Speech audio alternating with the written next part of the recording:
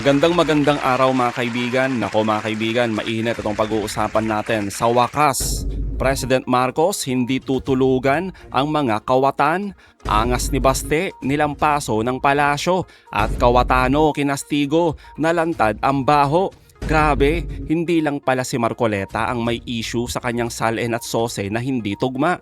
Abay muling nabuhay ang issue ni Kawatano matapos nilibing nung panahon ni Digong. Kaya pala, todo suporta kay Marcoleta, pareho ang galawan. Samantala, matapos ang muling pangbabastos ni Barbie Baste sa ating Pangulo, abay inupakan ng palasyo ang kabulastugan ni Mayor Baste at ang pangako ng Pangulo, hindi tutulugan ang mga kawatan. Nako, abangan nyo po yan. Pero bagong lahat, pakilike muna ang ating video, pakishare na din po at subscribe na po kayo sa ating channel. Unahin na po muna natin ito mga kaibigan, itong kabalbalan ni Kawatano na mala Marcoleta ang galawan. Nanindigan si Senate President Alan Peter Cayetano na handa siyang tumalima sakaling palitan siya sa pwesto. Sinabi ni SB na wala siyang magagawa kung ito ang kaloob ng Diyos. Pinasaringan naman niya ang umano'y basher sa social media dahil ang pagiging maingay niya ay hindi katumbas ng pagiging tama. Nagpahayag naman ng disappointment ng Ateneo Law Student Council sa kanilang alumnus na si Senate President Alan Peter Cayetano. Hindi raw kasi nito isinasabuhay ang Ignatian values na inaasahan sa kanya bilang isang Atenean nang protektahan nito ang kaalyadong pugante na si Senator Bato de la Rosa. Nanawagan ng Student Council sa Senador na pagdilayan ang kanyang mga desisyon sa Senado kung tunay itong naaayon sa anilay truth, integrity at justice pinangangatawanan ng Ateneo Law. Well mga kaibigan, kahit sino naman, ikakahiya mo talaga eh. 'Di ba? Yung ganitong klaseng senador, lalo pat gamit mga kaibigan ng salita ng Diyos. Kaya naman, heto ang matinding buwelta ni former Secretary Ronald Llamas. Ang ganda po nito. Pakinggan po natin to. Talaga sumayad na no? Kung ano na mga pinagagawa eh. Tapos sinunod pa, nag-press con pa, na sinabi na itong ginawa ni Digong na tokhang ay pro-life. Tingnan mo yung kawalanghiyaan nito, no? Buhay pa, nasusunog na yung kaluluwa eh. Tapos invoke ng scriptures. Yun. Kaya last Sunday, kinanto siya ng simbahan. Binanatan yung kanyang paggamit ng mga scriptures. Tsaka para lang manatili sa posisyon, lahat ginagawa. Talagang lahat ginagawa. Oh, kahit sumipsi pa sa Malacanang, ginagawa niya. Kahit ilaglag na niya yung kanyang mga matagal na pinagtatanggol, pinaglalaban ng mga Duterte, kahit yun, yariin niya. No? Gagawin niya. Talagang in one hand, no? Dinedepensa niya yung mga Duterte. In another hand, binabanatan niya. No? Binabanatan niya. No? Kausap niya yung mga tiga-Malacanang, binabanatan niya. Walang hiya talaga. Walang hiya.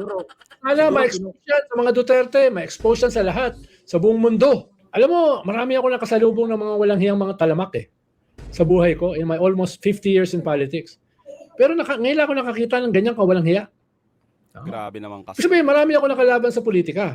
Pero malinaw yung labanan. Ito nasa kabila, ito nandito. Diba? Huwag ka na magpanggap na tumawid. Ito sobrang ipokrita. Sobrang ipokrita.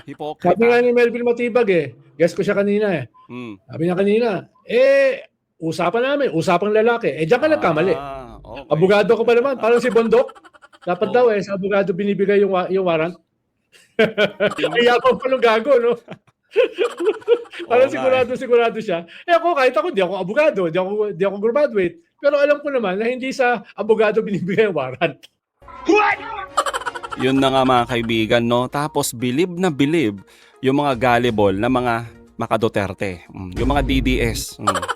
Tulad dito kay Kawatano, di ba mga kaibigan, na may pangakong 10,000. O ayan, nanalo. Kagagawan ng mga gullible na DDS. Paniwalang-paniwala kasi. Di ba? Sana lang talaga makita ng taong bayan ang kawalang hiyaan ng mga senador na ganito, mga kaibigan, di ba? Parang hindi na para hindi na iboto, no? At hindi na muling manalo pa. Oo.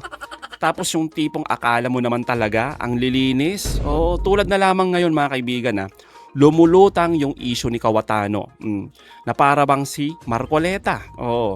Yung mga issue niya nung nakaraan pa mga kaibigan, nung 2016, pero nilibing lang dahil nga panahon ni Digong. O, eto. Yan Mga kaibigan, nasa millionaires for Digong. Si Cayetano. O, tignan nyo mga kaibigan yung pangalawa. Sa kung paano, sa kung anong kadahilanan, sa kung ano mga kaibigan, kung paano ba kinuha ni Cayetano ang 71.3 million donation sa kampanya ni Digong. Samantala mga kaibigan, noong 2016, nasa 55.7 million lang naman ang kanyang declared SALN. O, di ba mga kaibigan, parang si Marcoleta lang, di ba? Hindi tugma. Paano ka makakapag-donate ng 71 million pesos para ambunan yung kampanya ni Digong samantalang meron ka lang 55.7 million sa iyong SALN? Kagaguhan, di po ba? Pero mga kaibigan, nalibing po yan. Nalibing yung issue na yan. Abay syempre, si Duterte na ang presidente. Alam naman natin mga kaibigan, nung panahon yan, ang humarang, ang bumatikos, abay sira. Wawasakin talaga ang buhay. Tulad na nangyari sa ABS-CBN. O, di po ba? Yun na lang eh. O, tulad na lang kay Senadora De Lima. O, di ba? Pinagtawanan ng mga DDS. O, di ba? Winalang yan nila. Tapos yung mga iba pa mga kaibigan, lahat ng bumabatikos. Yan ang literal na diktador. Di po ba? Hindi tulad yung pinapakalat ni Barbie Baste o na may silent martial law daw sa panahon ngayon ni Pangulong Marcos. Pakinggan po natin to, saglit lang to. This is not even a silent martial law. It is martial law without declaring it formally. Ang dami nang nakukulong, may mga kaso, and for what? Because they opposed, the actions of the administration. Why? Is that so wrong? Yan tayo eh. Mali yung naratibo mga kaibigan. Mali yung pinapakalat ni Mayor Baste. Hindi panggigipit ang ginagawa ng Pangulong Marcos. Mas malaya nga ngayon eh. Hindi po ba? Mas malaya ang pagiging kritisismo natin sa bawat politiko. Hindi tulad ng panahon ni Duterte. Di ba alam natin yan? Ilang anti-Marcos na po ba ang alam nyong nakulong? Sa ngayon, yung mga anti-Marcos, dahil lang sa pagsasabi ng adik bangag ang Pangulo. Di ba? Halos wala ho. Kahit nga yung mga nagpapakalat ng fake news patungkol sa health ng ating Pangulo, may nakulong po ba? Di ba? Nakasuhan. Kasi nga, lehitimo na may kabalbalang ginawa. Pero hindi po yun panggigipit. Hindi po yun panggigipit o pangsosupress sa ating freedom of expression, freedom of speech. Hindi po. Diba? Sabi nga natin, nagkataon lang talaga puro alipores ni Duterte ang mga lehitimong nakakasuhan dahil may matinding aligasyon pagdating sa korupsyon. Ano yun? Trip-trip lang ng Pangulong Marcos na kasuhan ng lahat ng ito? Alam ng taong bayan na lehitimo at may resibo kung bakit sila ay nahaharap sa patong-patong na kaso. Kaya yung naratibo dito ni Baste, mga kaibigan, sablay. Ferdinand Bongbong Marcos Jr. adik bangag. Sabi ng kapatid niya, dumami ang adik. Dito sa Davao, lagi may huli. Sa ibang lugar wala, hinahayaan nila. Takot yung mga pulis. Kasi pag hinuli mo adik, magagalit si Bongbong. Kasi adik daw siya, sabi ng kapatid niya. Galing sa bunganga mo yan ha. Maraming nahuhuli dyan sa lugar ninyo. Nililihis kasi yung usapan mga kaibigan di ba? Maraming huli sa inyo kasi posibleng talamak talaga ang droga dyan. Akala ba namin walang droga, malinis at hindi nababaha ang baluarte ng mga Duterte? Pero kabaligtaran. Oo, kaya naman mga kaibigan, heto ang matinding buwelta sa angas at pinapakalat ngayon ni Mayor Barbie Baste. Pakinggan po natin to, ang tindi po nito. Sa ngayon po kasi, kung sino po yung madalas nagbabakasyon, sila pa po yung naghahanap ng ginagawang trabaho ng Pangulo. Totoo. Hindi natin sila masisisi kung sila'y bulag at bingi sa ginagawa ng Pangulo dahil siguro wala sila sa bansa.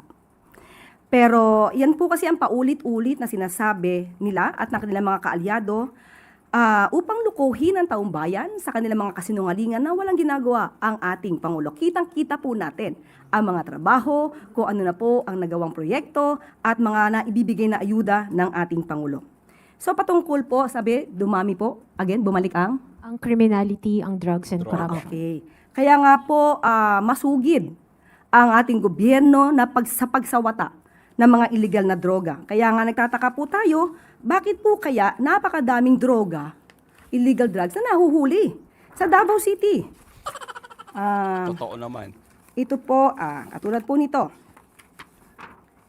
Noong May 14, 2026, meron pong nahuli na sabat na halagang 15.6 million shabu mismo sa Davao City operation. Nako, Hindi po ba sakop niya ito? sakop niya. Kaya nga po, bakit sa Davao City ay may nahuhuli kung naging epektibo po yung sinasabi nilang war on drugs? Sa ngayon po, wala po tayong EJK pero marami pong nasasabat ang ating mga law enforcers para po masawata ang illegal na droga. At patungkol po sa hindi nasawata ang korupsyon, patuloy po ang administrasyon na ito para panagutin ang dapat na managot. Ang isa po na umami na korap at nagnakaw sa pondo ng bayan ay nasa dahig na po.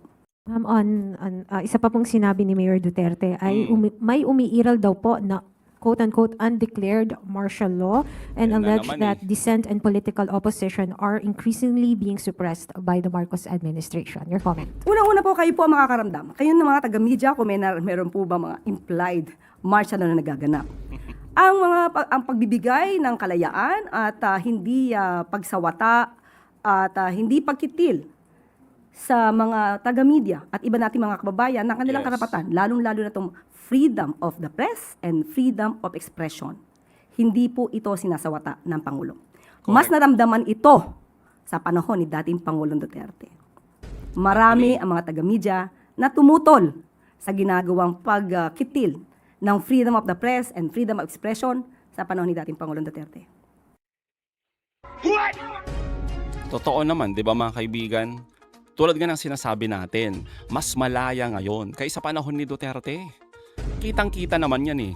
Mas ramdam ang pagiging diktador noon ni Duterte. Tsaka kung may silent law ngayon mga kaibigan, o silent martial law, sa tingin ba nila, may mga Duterte, may mga alipores pa ba ng mga Duterte na mag-aangas ngayon? Baka lahat yan nakulong na mga kaibigan, lahat yan may kaso. Yung mga alipores nila mga kaibigan, tulad ni sino ba to? Ito. Ni Attorney Respicio. Kinasuhan yan kasi nga nagtatawag ng rebellion. Hindi yan po kinasuhan dahil lang po sa mga pambabanat niya sa Pangulo. Hindi po yun eh. Hindi naman po balat sibuyas ang ating Pangulo. Matindi po yung pinagsasabi nito eh. Rebellion na po. Kaya matatawag natin na hindi panggigipit ang ginagawa ng ating gobyerno, kundi talagang sinasampahan lang talaga ng mga lehitimong kaso itong mga tarantadong mga katulad ni Respicio. O di ba mga kaibigan? Kaya tama lang, nakasuhan lang. Oo, para masampulan, di ba? Baka kasi manormalize yan mga kaibigan eh. Ayaw natin ng ganon, di ba? Yun po sa mga sinabi po ni Mayor Baste, paano nyo po siya i-describe? Lalo na po alam natin na marami pa rin pong supporters ang mga Duterte. And ma'am, kung ano po Marami yung ba? mga sinasabi niya, may balak po ba na kasuhan? Or hayaan na lang ang isang Mayor Duterte na magsalita against kay Presidente po? NBI po, PNP, kung may nilalabag na batas, kung may kasinungalingang ibinibigkas para magulo ang bayan, sila na po ang dapat na mag-imbestiga rito. Ang mga binabanggit ni Mayor Baste, alam po natin na ito'y walang katotohanan. Yes. Ito ay pawang pananira lamang at yan ang gusto niyang i-amplify sa kanyang mga kaalyado para palabasin na ang Pangulo ay walang ginagawa. Pero yan po ay taliwas sa katotohanan.